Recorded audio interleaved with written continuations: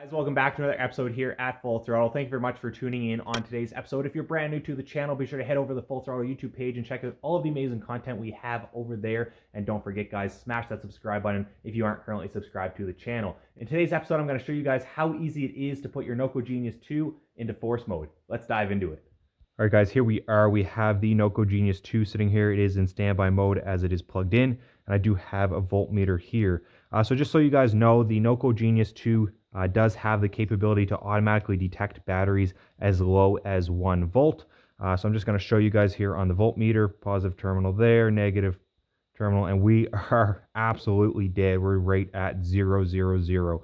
So just want to show you guys that. So we will connect up the alligator clips. We're going to do our positive first, and then our negative. Noco Genius is not quite sure what to do here. It's trying to detect, but it's going back and forth. So what you're going to do, if it's not doing anything or it's kind of doing this back and forth motion, you're going to come into the mode button and hold for 6 seconds.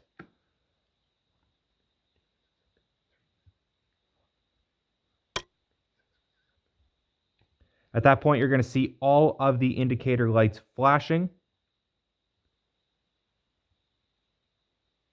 You're going to click to select the type of battery. This is just a standard flooded 12 volt battery, so that's what I've selected. At this point, you're going to see all of the indicator charge level lights flashing in a corresponding motion. Whatever battery type you've chosen will also be flashing, as you can see here.